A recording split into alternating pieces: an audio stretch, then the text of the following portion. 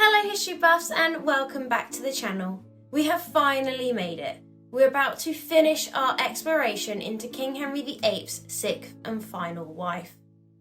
On the 26th of January 1547, Henry realised that his health was failing fast and summoned Katherine to his bedside. He then thanked God that, after so many changes, his glorious chance hath brought him to die in the arms of so faithful a spouse. Their relationship was complex, but Katherine and Henry did have a bond, even if it wasn't necessarily what we would call love. But she cared for him, and she became overcome with emotion. Trying to console his crying wife, Henry said, "It is God's will that we should part.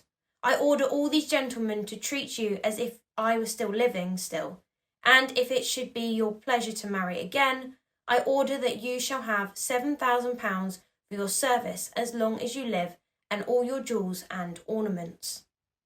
The next day, the king met with his confessor, received Holy Communion, and entrusted his soul to God.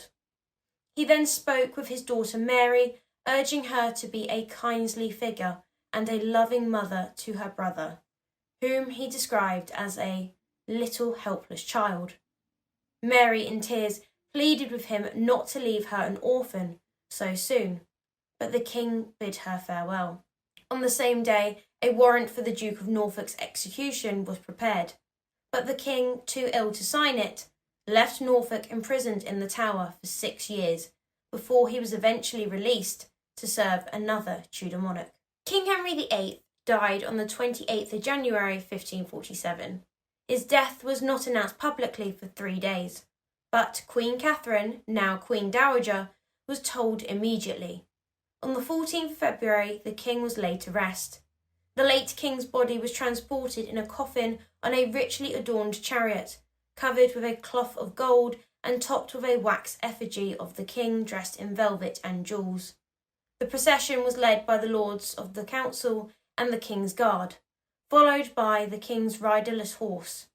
Banners were carried, but only 2 of the king's 6 wives, Jane Seymour and Katherine Parr, were represented, as Henry did not consider his other marriages worthy of commemoration. Katherine Parr was not included on the Regency Council, as Henry anticipated she would remarry quickly due to her wealth and status, which could cause discord. Additionally, Henry did not approve of female rulers. The council asserted its control over the young King Edward, preventing him from seeing his stepmother or stepsisters. Edward missed their company and corresponded with them, but was saddened to learn in February that Katherine planned to leave court and retire to Chelsea. He bid her farewell, knowing he would rarely see her again. In March 1547, Thomas Seymour proposed to Katherine Parr, who secretly and eagerly accepted, despite officially mourning King Henry VIII. Katherine insisted on observing an appropriate mourning period before marrying Seymour. But Seymour overruled her, urging an immediate secret wedding. Katherine, seeing this as her last chance for happiness with a man she had loved for ages, gave in to her emotions and agreed. Aware that the council would likely disapprove and might question the paternity of any child born so soon after the king's death.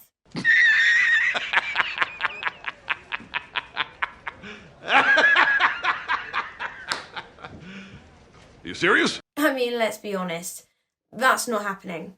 I would be shocked if they actually managed to consummate their marriage properly, or enough for that to be a worry. Seymour bypassed the council and sought permission directly from the young King Edward, who was fond of his uncle and likely to agree. Getting an audience with the king wasn't easy though, even if you were his uncle. So Thomas bribed John Fowler to get feelers on Edward's opinion about him marrying Katherine. When Fowler asked the king who he thought his uncle should wed, the king responded with, "My Lady Anne of Cleves." But then he paused and thought for a minute before saying, "I would he married my sister Mary to turn her opinions." Obviously, neither Anne of Cleves nor the Lady Mary was what Seymour was hoping for. The Admiral knew that the council kept the young king chronically short of money, so he sent Fowler back the next night, well equipped with gold coins, to ask Edward if he would approve of the marriage to the Queen. To the Admiral's delight, Edward immediately gave his approval, as he was fond of both his stepmother and his uncle, without grasping the political motives behind Seymour's proposal. Alrighty then. They didn't wait long at all, as Catherine and Thomas Seymour were wed in the April of 1547 in Chelsea. Catherine was technically in mourning for her late husband, the king, but for the first time in Catherine's life, she had married for love, and that was all that mattered. The wedding, held in secret, sparked scandal and deepened rivalries within the Seymour family. With no position on the Regency Council, Thomas Seymour sought to win favour with the young king and undermine his brother Edward, who was now Lord Protector and Duke of Somerset. The Duke's wife deeply resented Catherine's presence, viewing it as a threat to her own status. The family feud quickly intensified. In one letter to her husband, Catherine confided about a meeting with her brother-in-law, Protector Somerset, saying, "It was fortunate we were so far apart, for I believe I might have bitten him." In May 1547, the king learned of the marriage. Pretty obvious. This made Katherine Parr England's most married queen, with her fourth husband. Catherine confidently told her new husband, "If the Duke and Duchess do not like the marriage, it will be of no consequence." Aware that her sister-in-law would be jealous, the proud Duchess would be particularly angered by having the wife of her husband's younger brother take precedence over her, especially since her own husband was the Lord Protector of England. Duchess Anne was an intolerable woman, and with immense pride and a domineering nature, often controlling her weaker husband through the sharpness of her tongue. I wish you could feel the love in this room. I still hate you. Hate makes you ugly. Oops, too late. On the 18th of May 1547, Catherine Parr invited Edward and Anne Seymour to dinner at Chelsea to announce her marriage. However, the Lord Protector Edward Seymour did not attend, sending word that he wouldn't be able to come until the end of the month. When Somerset finally dined with the Queen at Chelsea in late May, she informed him of her marriage. He then broke the news to the council. The king noted in his journal that the Lord Protector was much offended, primarily due to concerns about the succession and because he hadn't been consulted. Lord Sudeley was summoned to explain his actions, but there was little that could be done. The marriage had been lawfully solemnised before witnesses and consummated. By late May, 4 months after King Henry's death, Catherine showed no signs of pregnancy, which worked in the Admiral's and Catherine's favour. As a result, the Protector was willing to overlook the small risk their marriage posed to the succession. That, and also because his nephew the King, who outranked everyone, actually agreed on the then hypothetical marriage, and he himself liked the idea, even writing to Catherine to congratulate her on her marriage to his uncle. He ended his letter with, "If there was anything wherein I may do you a kindness, either in word or deed," he ended, "I will do it willingly." To which Catherine took him up on his offer and begged the king to plead her case with the Privy Council, which he did at the beginning of June, saying that he had known about his uncle's intent to marry the Queen Dowager, and that he had sent a letter showing his approval. This must have really boiled Somerset's blood, but there was nothing he could do. Naturally, many were scandalised when the news of the marriage leaked out at court.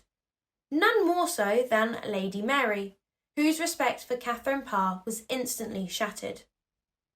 Mary received a letter from the Admiral and urging her to persuade the Queen to publicly announce their marriage immediately, Horrified by his audacity, Mary sent a cold and formal reply stating, "It standeth least with my poor honour to be a meddler in this matter, considering whose wife her grace was of late. If she remembrance of the king's majesty will not suffer her to grant your suit, I am nothing able to persuade her to forget the loss of him, who is yet very ripe in mine own remembrance." But her protesting amounted to nothing really, as by time Mary's response reached the Seymours, Catherine had come round to his way of thinking, and made their marriage public.